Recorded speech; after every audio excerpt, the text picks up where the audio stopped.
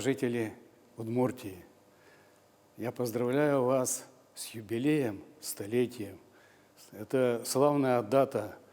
Значит, в период всей этой истории весь народ, многонациональный народ нашей Удмуртии, он добивался высоких, достойных побед. Ну, начиная даже с индустриализации в период, значит, первых пятилеток. Особый период это был период Великой Отечественной войны.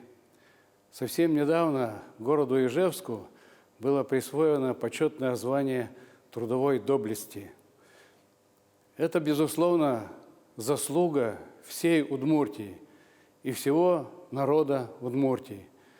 Я вас поздравляю с этой датой, желаю вам здоровья, успехов, удачи и всего-всего-всего доброго.